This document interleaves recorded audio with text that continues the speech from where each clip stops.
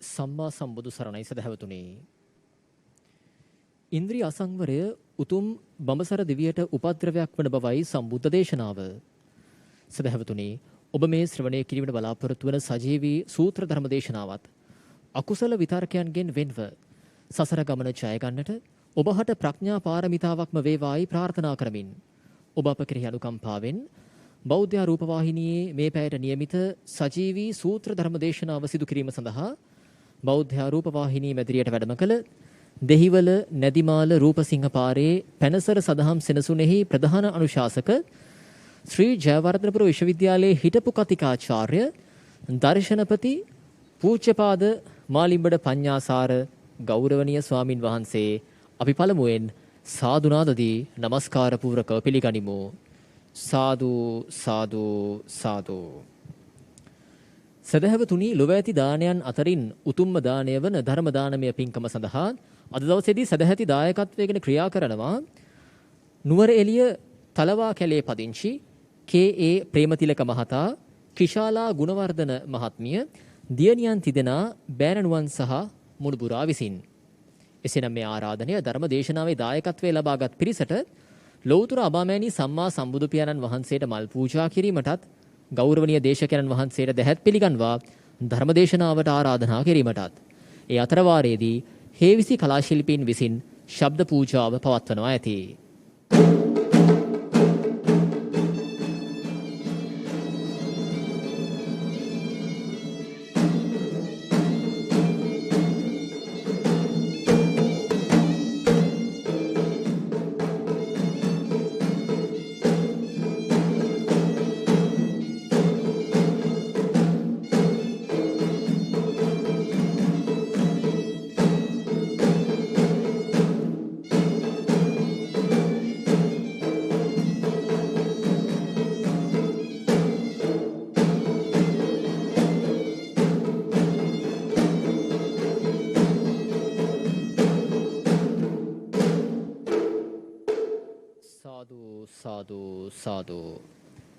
සදහැවතුනි, ගෞරවනීය ස්වාමින් වහන්සේ අද දවසේදී ධර්ම දේශනාව සිදු කරනු ලබන්නේ අංගුත්තර නිකායේ අටක නිපාතයට අයත් ආදි බ්‍රහ්මචර්ය ප්‍රඥා සූත්‍රය ඇසුරෙන්. එසේනම් සදහැවතුනි, ධර්ම ශ්‍රවණයට පෙර තිසරණ සහිත පංචශීලය සමාදන් වීම සඳහා අපි සැවොම සාදුනාදදී තෙවරක් নমස්කාර පාඨය සජ්ජායනා කරමු. සාදු සාදු සාදු. අවසරයි ස්වාමින් වහන්සේ. නමෝ තස්ස භගවතු අරහතෝ සම්මා සම්බුද්දස්ස. නමෝ තස්ස භගවතු අරහතෝ සම්මා සම්බුද්දස්ස. නමෝ තස්ස භගවතු අරහතෝ සම්මා සම්බුද්දස්ස. බුද්ධං සරණං ගච්ඡාමි. බුද්ධං සරණං ගච්ඡාමි. ධම්මං සරණං ගච්ඡාමි. ධම්මං සරණං ගච්ඡාමි. සංඝං සරණං ගච්ඡාමි. සංඝං සරණං ගච්ඡාමි. ဒ ුතියං පි බුද්ධං සරණං ගච්ඡාමි. ဒ ුතියං පි බුද්ධං සරණං ගච්ඡාමි. ဒ ුතියං පි ධම්මං සරණං ගච්ඡාමි. ဒ ුතියං පි ධම්මං සරණං ගච්ඡාමි. ဒ ුතියං පි සංඝං සරණං ගච්ඡාමි. ဒ ුතියං පි සංඝං සරණං ගච්ඡාමි. තතියං පි බුද්ධං සරණං ගච්ඡාමි. තතියං පි බුද්ධං සරණං ගච්ඡාමි. තතියං පි ධම්මං සරණං ගච්ඡාමි. තතියං පි ධම්මං සරණං ගච්ඡාමි. තතියං පි සංඝං සරණං ගච්ඡාමි. තතියං පි සංඝං සරණං ගච්ඡාමි. පාණාතිපාතා වේරමණී සික්ඛාපදං සමාදියාමි. පාණාතිපාතා වේරමණී සික්ඛාපදං සමාදියාමි. අදින්නාදානා වේරමණී සික්ඛාපදං සමාදියාමි. අදින්නාදානා වේරමණී සික්ඛාපදං සමාදියාමි. කාමේසු මිච්ඡාචාරා වේරමණී සික්ඛාපදං සමාදියාමි. කාමේසු මිච්ඡාචාරා වේරමණී සික්ඛාපදං සමාදියාමි. මුසාවාදා වේරමණී සික්ඛාපදං සමාදියාමි. මුසාවාදා වේරමණී සික්ඛාපදං සමාදියාමි. සුරාමේරය මජ්ජපමා දට්ඨානා වේරමණී සික්ඛාපදං සමාදියාමි. සුරාමේරේ මජ්ජපමා දට්ඨානා වේරමණී සික්ඛාපදං සමාදියාමි. සමන්ත චක්ඛවාලේසු අත්‍රා ගච්ඡන්තු දේවතා සද්ධම්මං මුනි රාජස්ස සුනන්තු සග්ග මොක්ඛදං ධම්ම ශ්‍රවණ කාලෝ අයං බදන්තා ධම්ම ශ්‍රවණ කාලෝ අයං බදන්තා ධම්ම ශ්‍රවණ කාලෝ අයං බදන්තා. සාදු සාදු. නමෝ තස්ස භගවතු අරහතෝ සම්මා සම්බුද්දස්ස. නමෝ තස්ස භගවතු අරහතෝ සම්මා සම්බුද්දස්ස.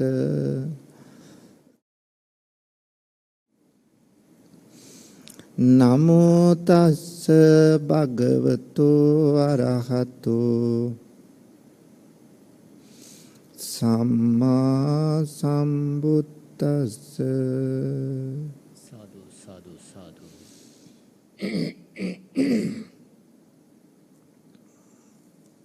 ගරුතර මහා සංඝරත්නයන් අවසරයි, ශ්‍රද්ධාවන්ත පින්වතුනි, බෞද්ධ රූප වාහිනිය ඔස්සේ මේ වෙලාවේ සජීවීව විකාශනය වන සූත්‍ර ධර්ම දේශනාව සඳහා අද පුණ්‍යවන්ත වූ දායකත්වයෙන් කටයුතු කරන්නේ නුවරඑළිය තලවාකැලේ පදිංචි කේ.ඒ. ප්‍රේමතිලක මහතාත් ක්‍රිෂාලා ගුණවර්ධන මහත්මිය දියණිවරුන් 3 දෙනා හා බෑණනුවන් සමග මුණුබුරා. මේ පින්වත් පිරිස මේ වෙලාවේ මේ ධර්ම දේශනාව සඳහා දායකත්වයෙන් කටයුතු කරන ගමන්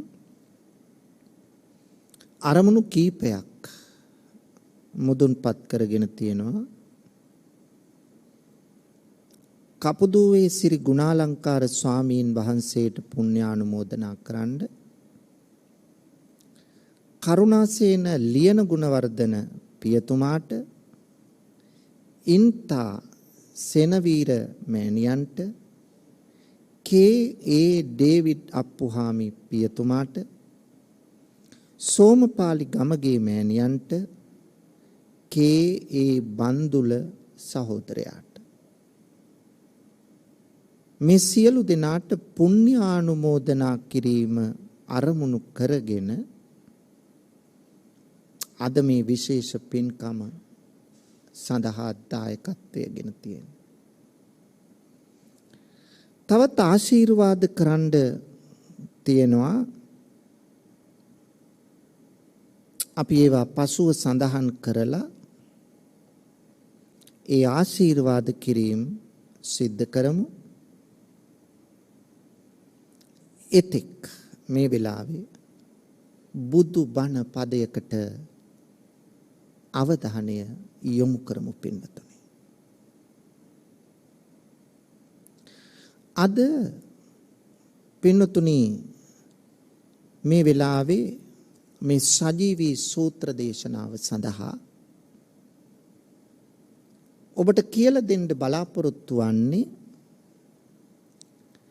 අංගුත්තර නිකායේ අට්ඨක නිපාතයට අයත්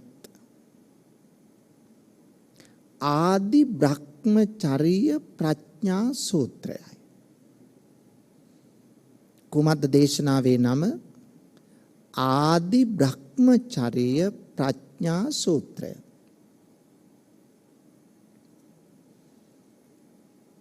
පින්නතුනි, ලෞතර බුදුරජාණන් වහන්සේ ලෝක සත්‍යය විශේෂෙහි ඇති කරගත් පතල මහා කරුණාවෙන් තමයි මේ ධහම දේශනා කළේ.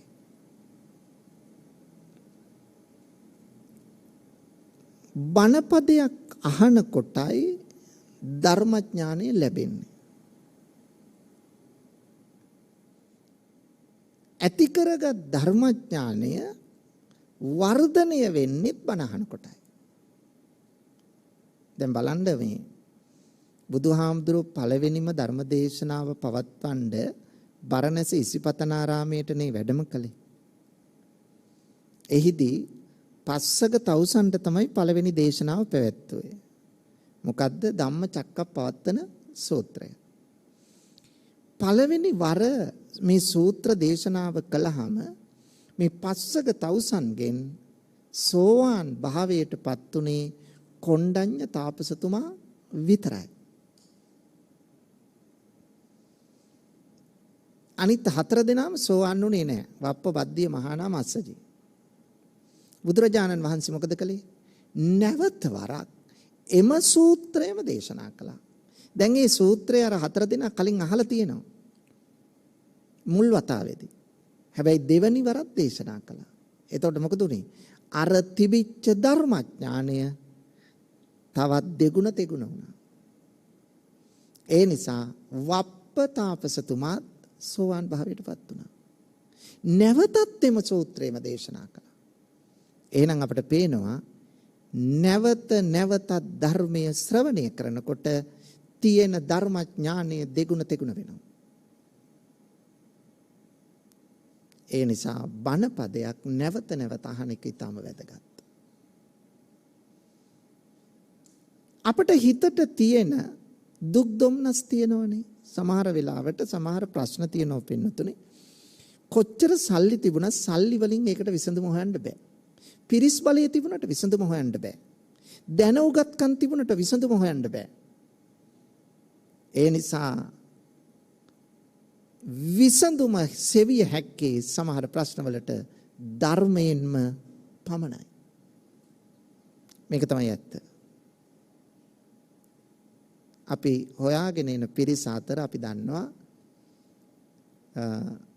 සමහර මහාචාර්යවරු, සමහර කතිකාචාර්යවරු, ආචාර්යවරු පෙන්නතුනි, ඒ ආචාර්ය දැනුගත්කම් තිබුණත් මහාචාර්යකම් තිබුණට ඒ තමන්ගේ ශිල්පීය ඥාණයෙන් ඒකට උත්තරය හොයන්න බෑ. ලෝකය විනිවිද දැක්ක ਸਰවඥතා ඥාණයෙන් ලෝකය විස්තර කළ බුදුදහම තුල පමණයි මේ විසඳුම තියෙන්නේ. එහෙනම් අන්න එවන් ධර්මයක් තමයි සම්බුද්ධ දේශනාව. පින්නතුනි, මේ සම්බුද්ධ දේශනාව අපි දන්නවා අපට මෙලොව වශයෙන් ජීවිතේ සාර්ථක කරගන්න, පරලොව සුගතිගාමි ප්‍රතිසන්දියක් ලබන්න විතරක් නෙවෙයි, සකල ක්ලේශයන් ප්‍රහීන කොට ලබන අමා මහ නිවන සාක්ෂාත් කරගන්න හේතු වන දහම. එහෙනම් අද සූත්‍ර දේශනාව එක එල්ලේම නිවන පාදක කරගත්ත සූත්‍ර දේශනාවක්. මොකද්ද සූත්‍ර දේශනාව? ආදි බ්‍රහ්මචර්ය ප්‍රඥා සූත්‍රය. අංගුත්තර නිකායේ අට්ඨක නිපාතයට අදාළ. අට්ඨක නිපාතයේ විස්තර වෙන්නේ අටේ කරුණු. කරුණු 8 බැගින් තමයි ඒකේ තියෙන්නේ. එහෙනම් මේ සූත්‍ර දේශනාවේ කරුණු 8ක් විස්තර වෙනවා.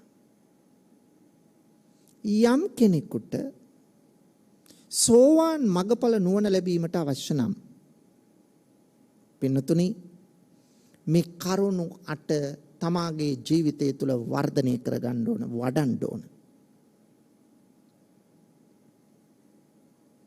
සෝවාන් වීම සඳහා සෝවාන් කෙනෙකුට සක්‍රුදාගාමි වෙන්න නම් ඒත් මේ කියලා දෙන කරුණු 8මයි තියෙන්නේ වඩන්න. සක්‍රුදාගාමි කෙනෙක් අනාගාමි වෙන්න ඕන නම් ඒත් මේ කරුණු 8මයි තියෙන්නේ. අනාගාමි කෙනෙක් රහත් වෙන්න ඕන නම් රහත් භාවයටපත් වෙන්නේ මේ කරුණු 8මයි. පින්නතුනේ ගිහියන්ටයි පැවිද්දන්ටයි ස්ත්‍රී පක්ෂයටයි පුරුෂ පක්ෂයටයි කියලා වෙනම ආර්ය මාර්ග වෙන් කළ නැහැ. ගිහි වුණත් පැවිදි වුණත් ස්ත්‍රී වුණත් පුරුෂ වුණත් අපි සියලු දෙනාටම තියෙන්නේ එකම ආර්ය මාර්ගයයි. ඒ ආර්ය ශ්‍රාංක මාර්ගයයි. ඒ සීල සමාධි ප්‍රඥාවෙන් සමන්විත මාර්ගයයි. වෙන මාර්ගයක් නැහැ පින්නතුනි. ගිහියට එකකුයි පැවිද්දට එකකුයි නැහැ. ගිහි පැවිදි කාටත් එකයි. මේක තමයි ඇත්ත. ඒ නිසා නිර්වාණය පසක් කරගෙන සසරගත දුක නිවන්න මේ ධහම පාදක වෙනවා.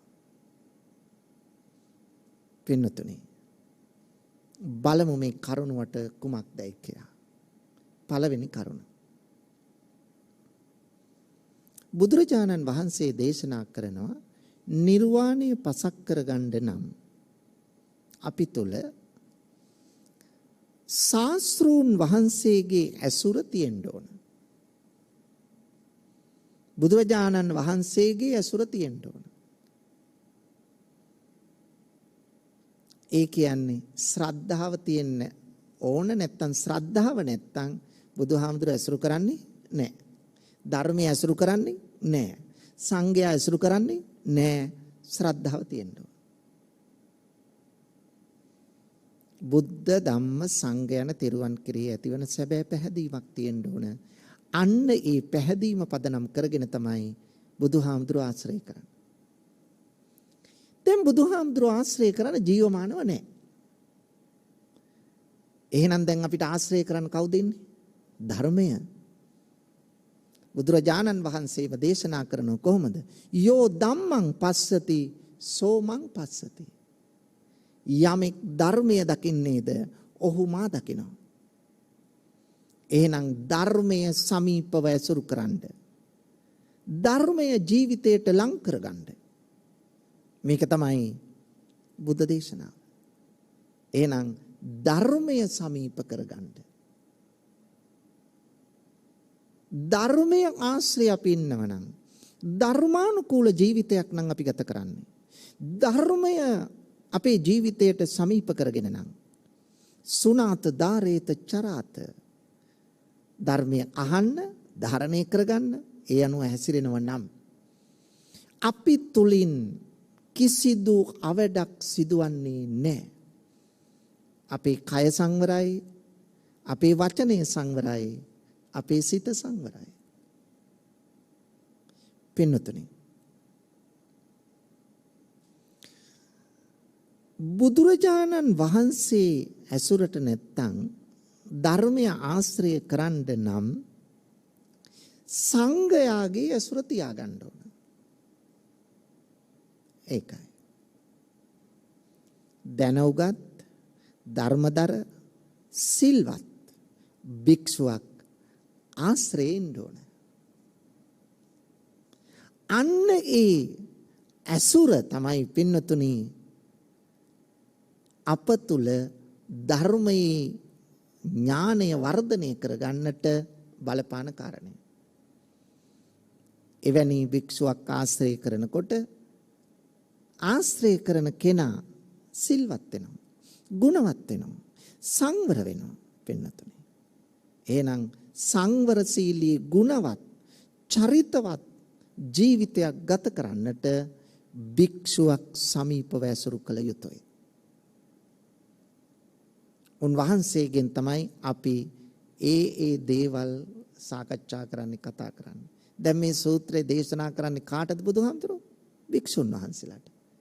එනම් භික්ෂුවත් තව භික්ෂුවක් ආශ්‍රයේ ඉන්න ඕන ධර්මදර විනයදර භික්ෂුවක්. එතකොට පින්නතුනි මේ භික්ෂූන් වහන්සේලාට දේශනාව පැවැත්වුවයි කියලා ගිහියන්ට අයිති නෑ කියන එක නෙවෙයි මේ කියන්නේ. ගිහි පැවිදි දෙගොල්ලම මේ මාර්ගය යන්න ඕන කියලා මම මුලින්ම කිව්වේ ඒකයි. එක මාර්ගයයි අපිට නිවන් දකින්න තියෙන්නේ. ඒකයි. මාර්ග කීපයක් නෑ. ඔන්න පළවෙනි කාරණය. දෙක.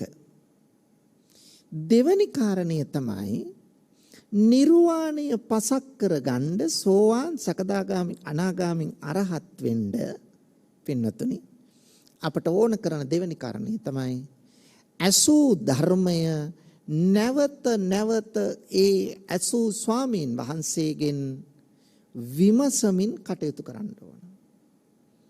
ගැටලු තැන් निराකරණය කරගන්න ඕන, ප්‍රශ්න අහන්න ඕන, විමසන්න ඕන. ඒක අත්‍යවශ්‍යයි. සුතා අහන්න, දතා ධාරණය කරගන්න. වචසා පරිචිතා වචනයක් පාසා දැනගෙන පරිණත භාවයටපත් වෙන්න. වචසා පරිචිතා මනසානුපෙක්කිතා මනසින් මෙනෙහි කරන්න ඕන ඇසූ ධර්මය. දිට්ඨියා අප්පටිවිද්ධා. පින්නතුනි මේ ඇසූ ධර්මය අපි නිතර මෙනෙහි කරනව විතරක් නෙවෙයි, එයින් අපි පාරිශුද්ධත්වයටපත් වෙන්න ඕන. ඒකයි මේ කියන්නේ. දැන් මේ ධර්මය අහන්න ඕන පින්නතුනි ශ්‍රවණය කළ ධර්මයේ ගැටලු තැන් निराකරණය කරගන්න ඒ ධර්මය දේශනා කළ ඇසුරේ ඉන්න ස්වාමීන් වහන්සේගෙන්මයි අහන්න ඕන. දැන් හුඟක් අය කරන්නේ වර්තමානයේ කොහෙන් හරි අහපු දෙයක් අපට කතා කරලා අපෙන් අහනවා. දැන් වෙන තැනකින් බණ අහලා තියෙන්නේ ප්‍රශ්නේ අහනවා, මෙහෙම අහවල් තැන මෙහෙම කිව්ව මොකක්ද ආම්දරණේ කියලා. දැන් ඒකේ පොඩි කෑල්ලක් සමහරට අල්ලගෙන අහනව වෙන්න පුළුවන්. එතකොට ඒකට උත්තර දෙන්න විදියක් නැහැ නේ. එහෙම වුණාම මොකද මේ දේශනාව දීර්ඝව පවතින දේශනාවක් නම් ඒ දේශනාවේ එක තැනකින් කෑල්ලක් ඇහුවාම ඒකට නිසි උත්තරයක් දෙන්න බෑ. ඒ නිසා තමන් අහන්න ඕන ප්‍රශ්නයක් තමන් ඇසුරු කරන ඒ දේශනාව පැවැත් වූ ස්වාමීන් වහන්සේගෙන් නැත්නම් ගිහි මහත්තයාගෙන් හරි කෙනෙකුගෙන් අහන්න ඕන. තමන් එහෙම නැතුව එක්කෙනෙකුගෙන් ධර්මය ආනවා ඒකම ගිහිල්ලා වෙන තැනකින් ප්‍රශ්න අහනවා. සමහරව අහනෝනේ මෙහෙම වර්තමානයේ. උන දැන් එයා දන්නෝ ධර්මයේ ඒ කරුණ හොඳටම දන්නවා. දැනගෙනත් අහනවා ගිහිල්ලා අපි දන්නවද කියලා බලන්න. එහෙමත් කොටසක් ඉන්නවා මේ බෞද්ධ අතරේ ස්වභාවයක. මේක දන්නවද කියලා බලන්න ඕන. ආන්න එහෙම පිරිසකුත් ඉන්නවා පින්නතුනි. එහෙම නොකළ යුතුයි. භික්ෂුවට බුදුහාමුදුරෝ දේශනා කරනෝ අධික ලැජ්ජාවෙන් අධික බයෙන් කටයුතු කරනවා. ලැජ්ජා බය හිරියොතප් කියන දෙක ඇතුව තමයි භික්ෂුව ආශ්‍රය කරන්නේ. දැන් අපේ සමහර අය පින්නතුනේ භික්ෂූන් වහන්සේලා ඔන්න පළවෙනි දවසේ විහාරස්ථානයට යනකොට හොඳට සුදු ඇඳගෙන සංවරව ගුණගරුකව යනවා. භික්ෂූන් වහන්සේ සමීප වෙන්න අර ගෞරවය නැති වෙලා යනවා. ඊළඟට මොකද වෙන්නේ? උන්වහන්සේලාට නිකන් යාළුවෝ වගේ කතා කරන්න යනවා. අන්න ඒක තමයි අපේ අතින්. ඒක නිසා බුදුහාමුදුරුවෝ මෙතනදී පැහැදිලිවම කියනවා ආර්ය මාර්ගයේ ගමන් කරන්න නම් මේ ශ්‍රද්ධාව මා කිව්වේ ඒකයි. ශ්‍රද්ධාව කියන එක තියෙන්න ඕන. අධික ලැජ්ජාවෙන් අධික බියෙන් ක්‍රියා කරන්න ඕන. ලැජ්ජා බිය පාපයට තියෙන ලැජ්ජාව හා බිය. වික්ෂුන් වහන්සේට බය වෙන්න කියන එක නෙමෙයි මේ කියන්නේ. ලැජ්ජා බිය දෙක තියෙන්න ඕන පාපයට. එහෙනම් ගෞරව කළ යුත්තාගේ ගෞරවය ඒ අයුරින්ම තියෙන්න ඕන. එහෙම නැත්තම් අපි හැදිලා නැහැ. බණ අහන්න අපේ සංවර බව වැඩි වෙන්න ඕන මිස අපේ සංවර බව එන්න අඩු නම් ඒ බණ දැනගැනීමෙන් ඇති වැඩක් නැහැ. ඒ නිසා ධර්මය දැනගන්න ඕන. දැනගෙන තව තවත් හැදෙන්න ඕන, සංවර වෙන්න ඕන, චරිතවත් වෙන්න ඕන, ආධ්‍යාත්මය වර්ධනය වෙන්න ඕන. ඔන්න පින්නතුනි දෙවැනි කාරණය. 3. තුන්වෙනි කාරණේ තමයි ධර්මය හොඳින් ශ්‍රවණය කරන්ඩ ඒ වගේම විවේකීව කාලය ගත කරන්න. විවේකය කියන එක බුදුදහමේ ඊටම අගය කරලා තියෙනවා. විවේකය කියන්නේ මොකද්ද? වෙන්වීම. මොකද්ද වෙන් වෙනවයි කියන්නේ? කරන වැඩෙන් වෙන් වෙනවා. ඒක තමයි විවේකය කියන්නේ. දැන් විවේකය ගත්තාම ප්‍රධාන කොටස් දෙකකට බෙදන්න පුළුවන්. කාය විවේක, චිත්ත විවේක. කාය විවේක කියන්නේ කයින් හුදකලා වීම. චිත්ත විවේක කියන්නේ සිතින් හුදකලා වීමයි. අන්න ඒක. කයින් හුදකලා වීම, සිතින් හුදකලා වීම. මේ දෙක අවශ්‍යයි. දැන් වික්ෂුන් වහන්සේලාට බුදුරජාණන් වහන්සේ අනුශාසනා කරන්නේ කොහොමද? අරඤ්‍ය ගතෝවා, රුක්ක මූල ගතෝවා, ශුඤ්ඤාගාර ගතෝවා. රුක් මුල් වනසෙනසුන් ඇසුරේ කාලය ගත කරන්න. ඒකයි අනුශාසනාව. රුක් මුල් වනසෙනසුන් ආශ්‍රය කරගෙන කාලය ගත කරන්න කියලා. පින්නතුනේ. දැන් භික්ෂූන් වහන්සේලාට එහෙම දේශනා කළාට දැන් ගිහි ඔබට සේරම අතරලා කැලේට යන්න පුළුවන්ද? බෑ. ඔබට ව්‍යාපාර කටයුතු තියෙනවා. දරුවන්ගේ කටයුතු තියෙනවා. මුණුබුරු මිනිබිරියන්ගේ කටයුතු තියෙනවා. යුතුයකම් ඉෂ්ට කරන්න තියෙනවා. ගෙදර වැඩ ගොඩක් තියෙනවා. ඒ ගෙදර වැඩ එච්චර තියෙනවා නම් කොහොමද හුදකලා වෙන්නේ? කයින්. පුළුවන් පින්නතුණිය. දැන් දවල් දවසේ දරුවෝ කෑ ගහනවා නම්, මුණුබුරු මිනිබිරියෝ කෑ ගහනවා නම්, ළඟ ගෙවල් වල සද්ද ඇහෙනවා නම් ඔබට පුළුවන් පින්නතුණි තමන්ගේ කටයුතු සැලසුම් කරගෙන රාත්‍රියේ කල් වේලා ඇතුව නින්දට ගිහිල්ලා රෑ 12 වෙනකන් ඉන්නේ නැතුව කල් වේලා ඇතුව නින්දට ගිහිල්ලා අපිට පුළුවන් පාන්දර හැරෙන්න 3ට 3:00ට හැරෙන්න පුළුවන්. ඒ වෙලාවට දරුවෝ නිදි. මුණුබුරු මිනිබිරියෝ නිදි. කාගේවත් කරදරයක් නැහැ. නිවසත් නිශ්ශබ්දයි, පරිසරයත් නිශ්ශබ්දයි, වටා පිටාවත් නිශ්ශබ්දයි. එතකොට තමන්ගේ කාමරේ ආරණ්‍යයකට ගියා වාගේ හුදකලා වෙන්න පුළුවන්. අන්න හුදකලා වෙන්න. මොකද හුදකලා වීමත් එක්ක තමයි හිත සංසුන් වෙන්නේ. හිත තුල ධර්මීය වර්ධනය වෙන්නේ. භාවනා කරන්න අවශ්‍ය පරිසරය සකස් වෙන්නේ. ඒ තුලයි පින්නතුනේ. ඒ නිසා අන්නේ තැනට අපි එන්න ඕන. තමන්ගේ නිවසේම මේ හුදකලා වීම ඇති කරගන්න පුළුවන්. එතකොට තමන්ට හුදකලා භාවය ඇති කරගත හැකිනම් පින්නතුනේ මේ ගමන යන්න ලේසි. මොකද නිර්වාණය නම් වූ උත්තරීතර මාවතට වැටෙන්න ලේසියි. ඒක කාය විවේකය. දෙවැන්න චිත්ත විවේකය. දැන් සිත අවිවේක වෙන්නේ මොනවයින්ද අපේ? සිත අවිවේක වෙන්නේ සිතුවිලි වලින්. සිත නොසන්සුන් වෙන්නේ සිතට නැගෙන සිතුවිල්ලක් නිසානේ. දුකට අඬන්නේ නේ, කල්පනා කරන්නේ, හිතට රිදෙන්නේ හිතට ඇති වෙන සිතුවිලි නිසානේ. එහෙනම් ඒ මොනවද? කෙලෙස්.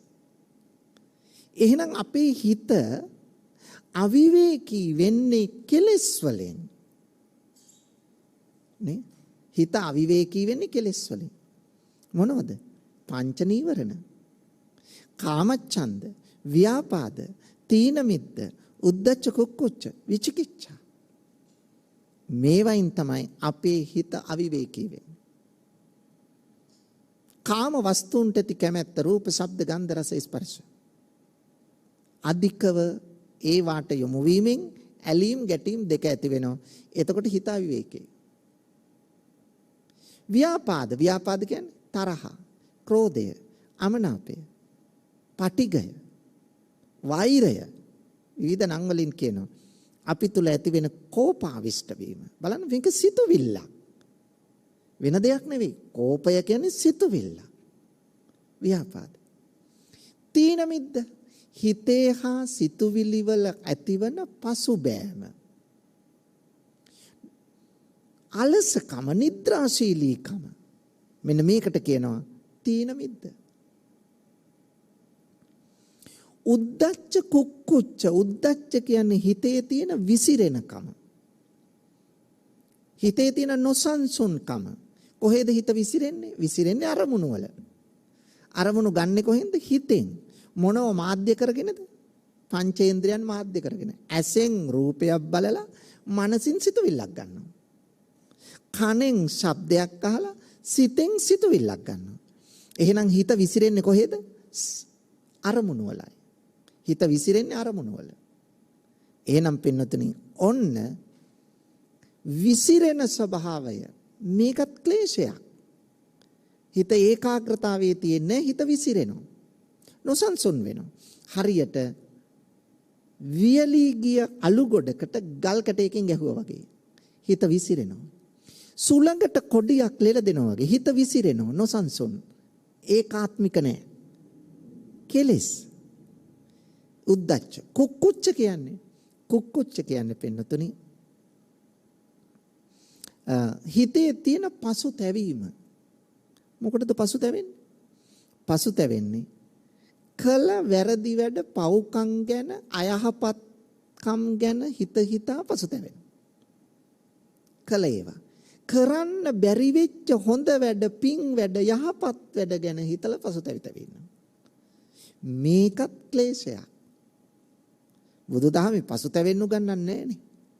මේක. ඊළඟට විචිකිච්ඡා. විචිකිච්ඡා කියන්නේ සැකය. එහෙනම් පින්නතුනි බලන්න මෙන්න මේ වයින් හිත අවිවේකී. මෙන්න මේ අවිවේකී බව නැති කරගෙන හිත පහන් කරගන්න, සංසුන් කරගන්න උත්සාහ කරන්න ඕන. අන්න එතන තමයි විවේකයේ තියෙන්නේ. හිතට සහනය ලැබෙන්නේ මේ වයින් වෙන් වුණාම. වෙන් වෙන්න නම් මොකද කරන්න ඕන? චිත්ත ඒකාග්‍රතාවය තියෙන්න ඕන. චිත්ත ඒකාග්‍රතාවය තුල ඉඳගෙන මොකද කරන්න ඕන? සමත භාවනාව වඩන්න ඕන. සමත භාවනාව. සමත විපස්සනා කියලා භාවනා ක්‍රම දෙකක් තියෙනවානේ. ඒ නිසා සමත භාවනාව වඩන්න. සමතෙන් සිත දියුණු වෙනවා. සමතෙන් සිත දියුණු වුණාට පස්සේ අපිට ධාන සමාපatti ලබන්න පුළුවන්. ආන්න බලන්න පින්නතුනි. පුද්ගලයා තුළ චිත්ත විවේකය ගොඩනගා ගන්න හැටි. ඔන්න කාරණා තුනක් කිව්වා. නිවනට එක එල්ලේම බලපාන කාරණා. 4. සිල්වත් බව. අපට අවශ්‍යයි සීලය. දැන් බලන්න බුදුදහමේ උගන්වනෝනේ ත්‍රිශික්ෂාවක්. මොකද්ද ත්‍රිශික්ෂාව? සීල, සමාධි, ප්‍රඥා. ත්‍රිශික්ෂාව කියන්නේ ඕක. එහෙනම් අපි ඉස්සෙල්ලම ආවේ මොකටද? සීලයට. සීලය පාදක කරගෙන තමයි සමාධියට යන්නේ. සමාධිය පාදක කරගෙන තමයි පින්නතුනි ප්‍රඥාවට යන්නේ. සීලයෙන් සමාධියටත් සමාධියෙන් ප්‍රඥාවටත් අපි යන්නේ. එහෙනම් සිල්වත් බව අත්‍යවශ්‍යයි. සමහරු කියනවා සීලය නැති වුණාට කමන්නේ අප භාවනා කරාම එක විට හරි කියලා. පින්නතුනි කවදාවත් කරන්න පුළුවන්ද? සිල්වත් නොවි භාවනා කරන්න පුළුවන්ද? සීලේ හරය මොකද්ද? කාය වාචානං සමෝදානං සීලං. කය වචනය සංවර කර ගැනීම තමයි සීලය කියලා කියන්නේ. එතකොට කය වචන දෙකේ සංවරකමක් නැතුව හිත සංවර කරගන්න පුළුවන්ද? බෑනේ පින්නතුනේ. ඒකෙම පේනෝනේ මිත්‍යාවක් කියලා. දැන් අපි භාවනා කරන්න නම් මොකද්ද කරන්න ඕන? කුසල අරමුණකට හිත තියාගන්න ඕන. කුසල අරමුණක. කුසල අරමුණක හිත තියාගන්න පුළුවන්ද? සත්තු මරමරා. හොරකම් කර කර. වැරදි කාම සේවනයේ යෙදී පුළුවන්ද හිත කුසල අරමුණකට ගන්න? බෑ. ඒකයි කියන්නේ හිත කුසල අරමුණක තියෙන්න නම් පින්නතුනි අනිවාර්යෙන්ම අපි මොකද්ද කරන්න ඕන? සිල්වත් විය යුතුයි. එහෙනම් සීලයෙන් තොර භාවනාවක් නැහැ. එහෙනම් සීලය අත්‍යවශ්‍යයි භාවනාව සඳහා. එතකොට මේ සීලය එල්ල වෙන්න ඕන කොතෙන්ටද? විමුක්තියට. සීලය එල්ල වෙන්න ඕන විමුක්තියටයි. ඒකයි මේ සූත්‍රය පැහැදිලි කරන්නේ. දැන් සීලය අතර උතුම්ම සීලය මොකද්ද? උපසම්පදා සීලය. අපි ඒකට කියනවා ප්‍රාතිමෝක්ෂ සීලය කියලා. ප්‍රාතිමෝක්ෂය. මෝක්ෂය කියන්නේ නිවන. එහෙනම් නිවන අරමුණු කරගත්ත ප්‍රතිපත්ති. නිවන අරමුණු කරගත්තු සීලය. දැන් පින්නතුනි ගිහි ඔබට අපි නිති පන්සිල් ආරක්ෂා කරනවා.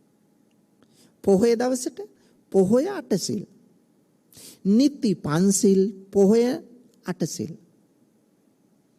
දැන් මේ පන්සිල් ගත්තත් 8 සිල් ගත්තත් ආජීවාෂ්ටමක සීලය ගත්තත් දස සීලය ගත්තත් සාමණේර දස සීලය ගත්තත් උපසම්පදා සීලය ගත්තත් නිවන තමයි අරමුණ වෙන්න ඕන. නිර්වාණයයි අරමුණ. දැන් පන්සිල් ආරක්ෂා කරන්න එදිනෙදා. ඒකයි නිති පන්සිල් කිව්වේ. එදිනෙදා පන්සිල් ආරක්ෂා කරන්න. නමුත් පොය දවසට මොකද්ද කරන්න ඕන? අෂ්ටාංග සීලේ සමාදන් වෙන්න. මාසෙකට එක දවසයි.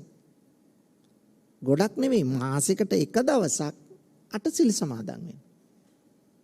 දැන් අෂ්ටාංග සීලේ සමාදන් වුණාම මාසෙකට එක දවසක් එදා අපි සිල් ආරක්ෂා කරන්න ඕන. උදේ 6ට සිල් සමාදන් වුණාම හවස 4ට 5ට සිල් පවාරණය කරලා ගෙදර ගිහලා හරියන්නේ නැහැ. එහෙනම් මොකද්ද කරන්නේ? පසුදා පහන් වනතුරු මේ ගත්තු සීලය ආරක්ෂා කරන්න ඕන. නැත්තම් අපි අපිටම බොරු කළා වෙනවා. දැන් උදාහරණයක් ගන්න. මේ සිල්පද 8 තුල තියෙන එක ශික්ෂාවක් තියෙනවා. විකාල භෝජනා වේරමණී සික්ඛාපදං සමාදියාම කියලා. අපි දැන් උදේට සමාදන් වෙනවා. සමාදන් වෙලා උදේ දානෙත් ගන්නවා. දවල් දානෙත් ගන්නවා. හවසට ගිලම්පසත් ගන්නවා. සිල් අරගෙන. හවස 4ට 5ට සිල්ප වාරණය කළ ගෙදර ගිහිල්ලා රැයටත් හොඳට කාලා නිදා ගන්නවා. දැන් අපි මේ සිල්පදේ ආරක්ෂා කරලා තියෙනවද? ආරක්ෂා කරලා නැහැ. හැබැයි අපි උදේ සමාදන් වුණේ විකාල භෝජනා වේරමණී අවේලාවි ආහාර ගන්නේ නැහැ කියලා. හැබැයි රාත්‍රී ආහාර ගන්නේ නැහැ කියලා පුරොන්දු වෙලා සිල්ප වාරණය කළා ගිහිල්ලා රාත්‍රී ආහාරය ගන්නවා. ඒ නිසා පින්නතුනි මෙතන සිල් සමාදන් වුණාම පසුදා පහන් වනතුරුම මේ සීලය ආරක්ෂා කරන්න ඕන. දැන් වෙනදාට අපි සිල්පදය කියනවා පන්සිල්වල කාමේසු මිච්ඡාචාරා වේරමණී. කාමයේ වරදවා හැසිරෙන්නේ නැහැ. පොය දවසට අපි කියනවා අබ්‍රහ්මචර්යා වේරමණී. එදාට කාමයේ වරදවා හැසිරුනේ නැහැ, වෙනදා කාමයේ හැසිරුණා. හැබැයි සිල් ගත්ත දවසට අපි කාමයේ නිවැරදිවවත් හැසිරෙන්නේ නැහැ කියලා තමයි පොරොන්දු වෙන්නේ.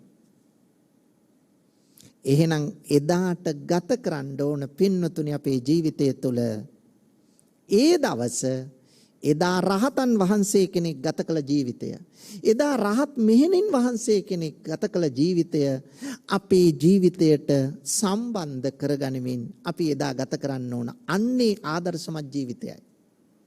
මාසිකට එක දවසක් මේ පුරුද්ද තමයි අපට නිවනට පාදක වෙන්නේ. ඔන්න සිල්වත් බව අත්‍යවශ්‍යයි.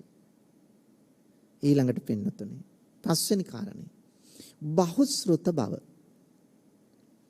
බහුශ්‍රృత බව කියලා කියන්නේ බොහෝ ඇසූ පිරූ තැන් ඇති බවයි. බොහෝ ඇසූ පිරූ තැන් ඇති කෙනෙක් වෙන්න නම් ධර්මය අහන්නම ඕන. මොකද ධර්මයේ නොකියපු දෙයක් නැහැ. වෙන ලෝකේ විෂයන් වගේ නෙවෙයි ධර්මය. බුදුරජාණන් වහන්සේ තුල තිබුණේ ෂඩ් අසාධාරණ ඥානයක්. බුදුහාමුදුරුවෝ තුල තිබුණේ දස බල ඥානයක්. බුදුහාමුදුරුවෝ තුල තිබුණේ ත්‍රිවිද්‍යා ඥානයක්. බුදුහාමුදුරුවෝ තුල තිබුණේ අෂ්ට පරිසද්ධි අකම්ප ඥානයක්. බුදුහාමුදුරුවෝ තුල තිබුණේ චතුර් විශාරද ඥානයක්. එහෙනම් පින්නතුනි මේ ඥාණයෙන් ලෝකය විනිවිද දැකලා තමයි අවුරුදු 45ක සේවා කාලය තුලදී බුදුරජාණන් වහන්සේ ධර්මයේ ලෝකයට ගෙනල්ලා දුන්නේ. මේ ධර්මයෙන් දැනුවත් වීම තමයි බහුශ්‍රృత භාවය සඳහා අවශ්‍ය. බහුශ්‍රృత භාවය කියන්නේ බොහෝ ඇසූ පිරූ තැන් ඇති බව කියන එකයි. එහෙනම් මේ කාරණයත් අත්‍යවශ්‍යයි නිර්වාණය පසක් කර ගැනීම සඳහා. හයවෙනි එක. හයවෙනි කාරණය තමයි පින්නතුනි ආරද්ධ වීරිය. මොකද්ද? ආරම්භෝ වීරිය කියන එකයි. වීරිය කියන එක නැතුව අපට ජීවිතේ මොකක්වත් ජය ගන්න බෑ. ඔබේ විභාගයක් ජය ගන්න වීරිය නැතුව බෑ. ඔබේ රැකියාවේ උසස් වීම ගන්න වීරිය නැතුව බෑ. ඔබේ ජීවිතයේ මොන යහපත් ඉලක්කය ජය ගන්න උනත් වීරිය ඕනමයි. එහෙනම් බුදුරජාණන් වහන්සේ බෝධිසත්ව කාලේ වීරිය පාරමිතාවක් පිරුවා. වීරිය පාරමිතා, වීරිය උපපාරමිතා, වීරිය පරමත්ත පාරමිතා. වීරිය පාරමිතාව පිරුවා. උන්වහන්සේ අවසන් භවයේ පින්නතුනි බලන්න 29 අවුරුද්දක් ගිහිගේ ඉඳලා අවසානයේ අබිනිෂ්ක්‍රමණය කළා. දුෂ්කර ක්‍රියා සමයට අවතීර්ණ වුණා. ලෝකයේ වෙන කිසිවෙකුට විඳිය නොහැකි අත්ත කිලවතාන යෝගයට සම්බන්ධ අප්‍රමාණ දුක් විඳා. ඇයි? නිර්වාණය බුද්ධත්වය අපේක්ෂාවෙන්. වීරිය ක්ලාන්තව ඇද වැටෙනකන් වීරිය අතහැරියේ නැහැ. අවසානයේ ඒ අත්තකිලමතාණු යෝගයේ ඵල රහිත බව දැනගෙන අතහැරියේ. අවසානයේ බලන්න සුජාතාවගේ කිරිපිඩු දාණය වළඳලා ඇස් බුද්ධ ගයාවේ ඇසතුරුක පාමුල වැඩ හිටියේ මම අදනම් බුදු වෙලා මිසයි මෙතනින් නැගිටින්නේ නැහැ. චතුරංග වීරිය උපදවාගෙනයි වැඩ සිටියේ. බලන්න පින්නතුනි එහෙනම් අපිට පේනවා වීරයෙන් තොරව ඉලක්කයකට යන්න බෑ. එහෙනම් නිර්වාණය සඳහා වීරිය අත්‍යවශ්‍යයි. කම්මැලි කමින්, අලස කමින්, උදාසීනකමින් නිද්‍රාශීලීකමින් බෑ කියන සංකල්පෙන් අපට නිවන් දකින්න බෑ. ඒ නිසා මේකට වීරිය අවශ්‍යමයි. ඔන්න 6 වෙනි කාරණේ. 7 වෙනි කාරණේ තමයි දෙතිස් කතා වලින් තොර වීම. භික්ෂුන් වහන්සේලාට කියනවා මේ දෙතිස් කතා කරන්න එපා. මොනවද? රාජ කතා, චෝර කතා, දේශපාලනය ගැන කතා, නලු නිලියෝ ගැන කතා, ඊළඟට විවිධ මංකොල්ලකාරයෝ ගැන, මේ වගේ වැඩක් නැති කතා කරන්න එපා. ඒ කතා වලින් වෙන්නේ මොකද්ද? කෙලෙස් වැඩෙන එකනේ. නේ? සිත, කය, වචනය තුන් දොරම කෙලෙස් වලට යන්නේ. ඒ නිසා කෙලෙස් වැඩෙන කතාවක නිරත වෙන්න එපා. එහෙනම් මොන කතාවකද එන්න ඕන? උන්වහන්සේ දේශනා කරනවා දස කතා වලින් යුක්ත වෙන්න. මොනවද දස කතා? අන්න කල යුතු කතාව ඒකයි.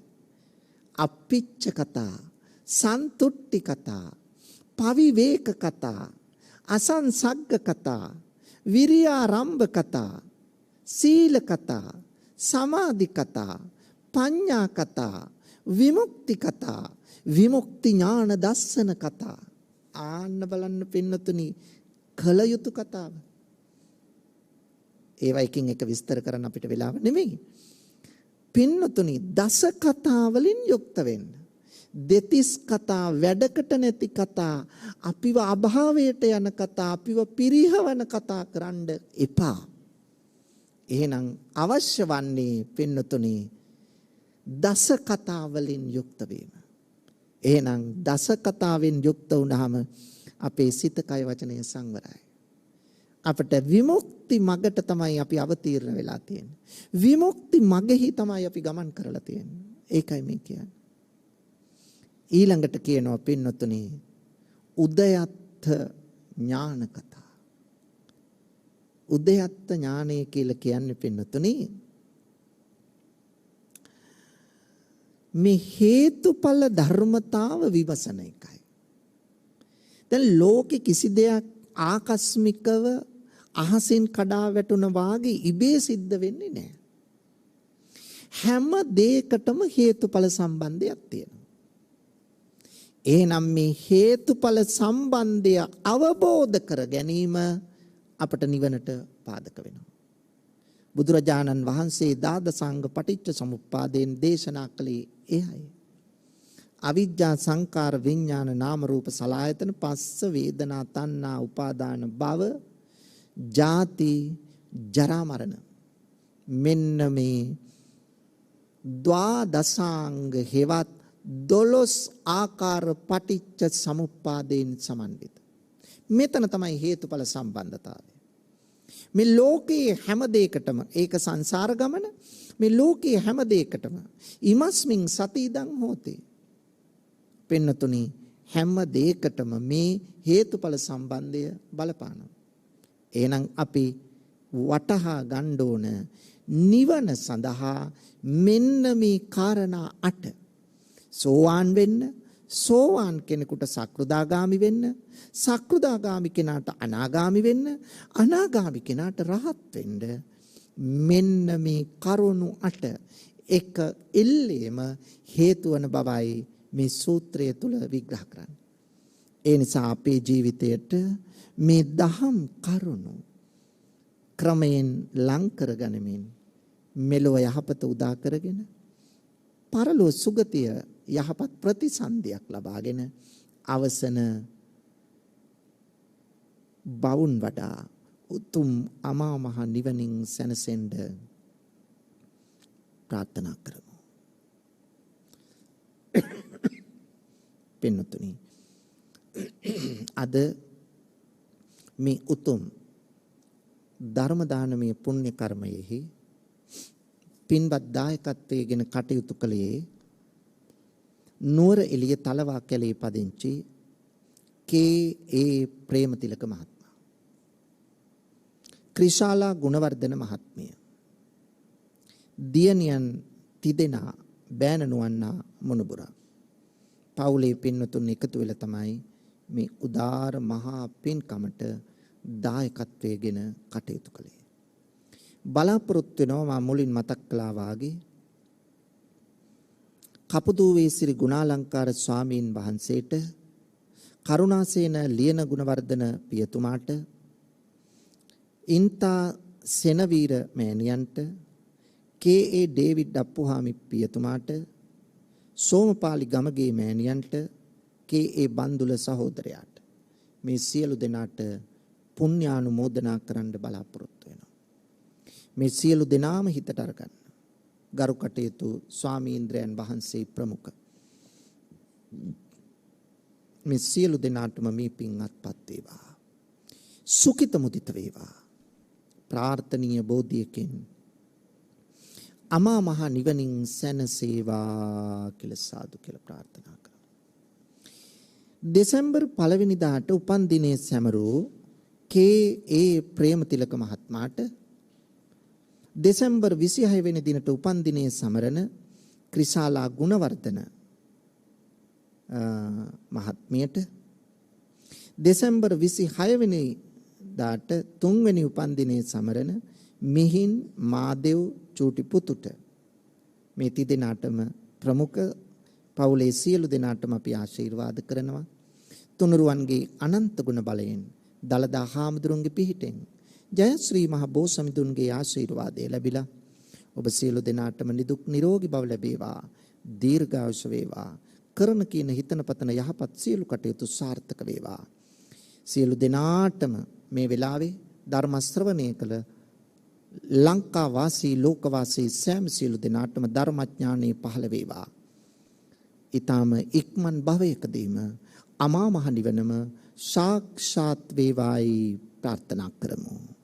ආකාසට්ටා ච බුම්මට්ටා දේවා නාග මහිත්‍තිකා පුඤ්ඤන්තං අනුමෝදිත්වා චිරං රක්ඛන්තු ශාසනං. ආකාසට්ටා ච බුම්මට්ටා දේවා නාග මහිත්‍තිකා පුඤ්ඤන්තං අනුමෝදිත්වා චිරං රක්ඛන්තු දේශනං. ආකාසට්ටා ච බුම්මට්ටා දේවා නාග මහිත්‍තිකා පුඤ්ඤන්තං අනුමෝදිත්වා චිරං රක්ඛන්තු මං පරන්ති.